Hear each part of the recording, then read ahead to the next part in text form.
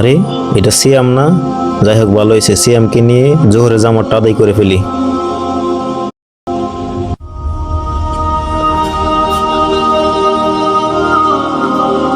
আসসালামু আলাইকুম। ওয়ালাইকুম আসসালাম। সিয়াম ভালো আছো? জি ভালো। আসো একটু মুসাফা করি। শরীর স্বাস্থ্য ভালো? জি ভালো। জোহরের নামাজের সময় হয়েছে, আসো নামাজটা পড়ে আসি। না হুজুর, আপনি নামাজ পড়বেন, আমি নামাজ পড়বো না। কেন নামাজ পড়বো না? নামাজ পড়া তো ভালো। আমি নামাজ পড়ি না। আল্লাহ রাব্বুল আলামিন বলেছেন, ইন্নাস সালাতা তানহা আনিল ফাহশাই ওয়াল মুনকার। নিশ্চয়ই নামাজ মানুষকে অন্যায় এবং অশ্লীল কাজ থেকে বাঁচাইতে পারে। আসো আল্লাহ পাকের ইবাদত, আল্লাহর হুকুম, নামাজ পড়ি। আপনি নামাজ পড়েন। আসো না ভাই, নামাজ পড়ি। না, আমি নামাজ পড়বো না।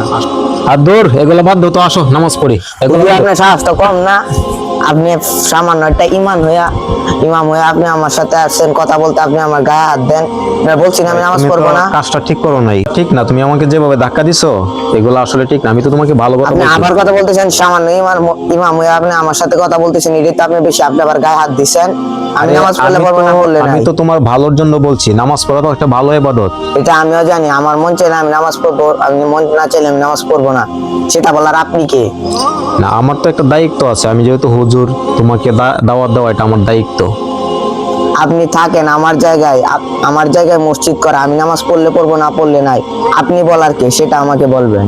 না, মসজিদ কে করেছে সেটা তো দেখার বিষয় না।